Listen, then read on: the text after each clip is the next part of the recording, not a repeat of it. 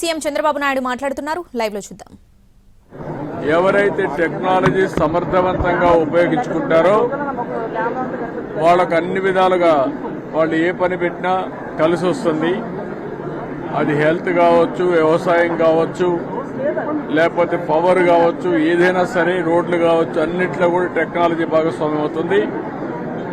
అయితే నేను ఆలోచించే విధానం, ఈ టెక్నాలజీ ద్వారా పేదవాళ్ళకి ఏం జరుగుతుంది, ప్రజలకు ఏం జరుగుతుంది, భావితరాల భవిష్యత్తు కోసం ఏ విధంగా ముందుకు పోతామనే విషయం పైన వర్కౌట్ చేస్తున్నాం.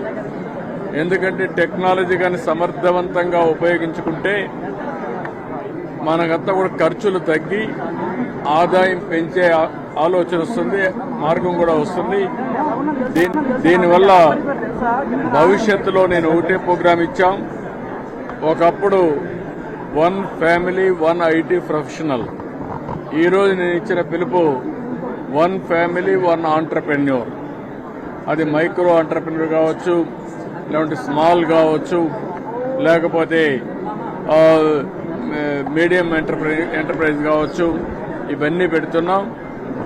దీనికి ఏదైతే నేను ఈరోజు వర్కౌట్ చేశామో, ఆంధ్రప్రదేశ్ రాష్ట్రమే ఒక ఇన్నోవేషన్ హబ్గా ఉండాలని, దీనికి 5 జోన్స్లో 5 పెట్టాం. ఇంకో పక్క అమరావతిలో మెయిన్ హబ్ పెట్టాం. రతన్ టాటా ఇన్నోవేషన్ హబ్ పేరుతో దీన్ని ముందు తీసుకుపోతున్నాం. విజన్ 2047కి ఆంధ్రప్రదేశ్ రాష్ట్రం స్వర్ణాంధ్రప్రదేశ్గా చేయాలనేది ఆలోచన.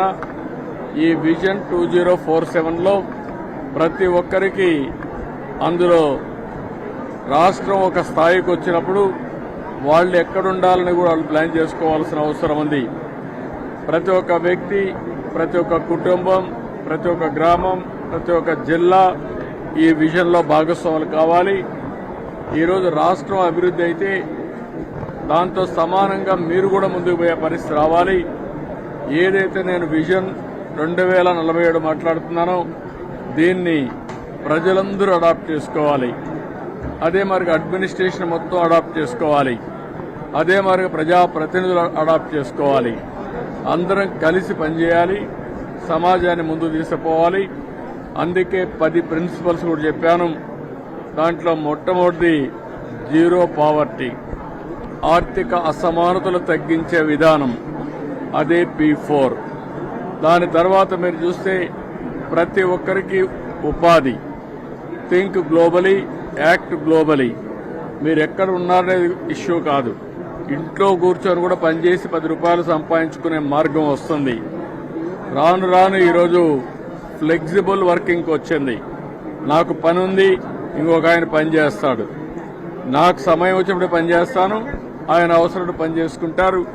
ఆ విధంగా టెక్నాలజీ ఒక ఎనేబులర్గా తయారవుతుంది. అలాంటి విధానానికి శ్రీకారం చుడుతున్నాం. ప్రభుత్వంలో కూడా ఎవరైతే ఎక్కువ ఉద్యోగాలు ఇస్తారో అలాంటి వారికి ఎక్కువ ఇన్సెంటివ్స్ ఇస్తున్నాం.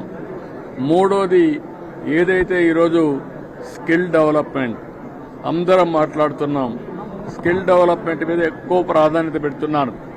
ఆంధ్రప్రదేశ్ అనేది ఒక నాలెడ్జ్ ఎకానమీకి ఒక హబ్గా తయారు కావాలని, అలాంటి హబ్గా తయారు కావాలంటే విశాఖపట్నం ఒక హబ్గా తయారు కావాలి. అదే మరి మనకు అమరావతి ఉంది, తిరుపతి ఉంది. ఈ 3 సెంటర్స్ కూడా 3 మేజర్ హబ్స్గా తయారై మిగిలిన అన్ని ప్రాంతాలు కూడా అభివృద్ధి కావడానికి ఒక పక్క ఎడ్యుకేషన్, ఇంకొక పక్కన మీరు చూస్తే స్కిల్ అప్గ్రేడేషన్ కంటిన్యూగా చేయాలనుకుంటున్నాం. దేశంలోనే మొట్టమొదటిసారిగా స్కిల్ సెన్సస్ అప్డేట్ చేసిన రాష్ట్రం మంది. దాన్ని కూడా ఏ విధంగా వర్కౌట్ చేయాలని చేస్తాం. నదుల అనుసంధానం చేసి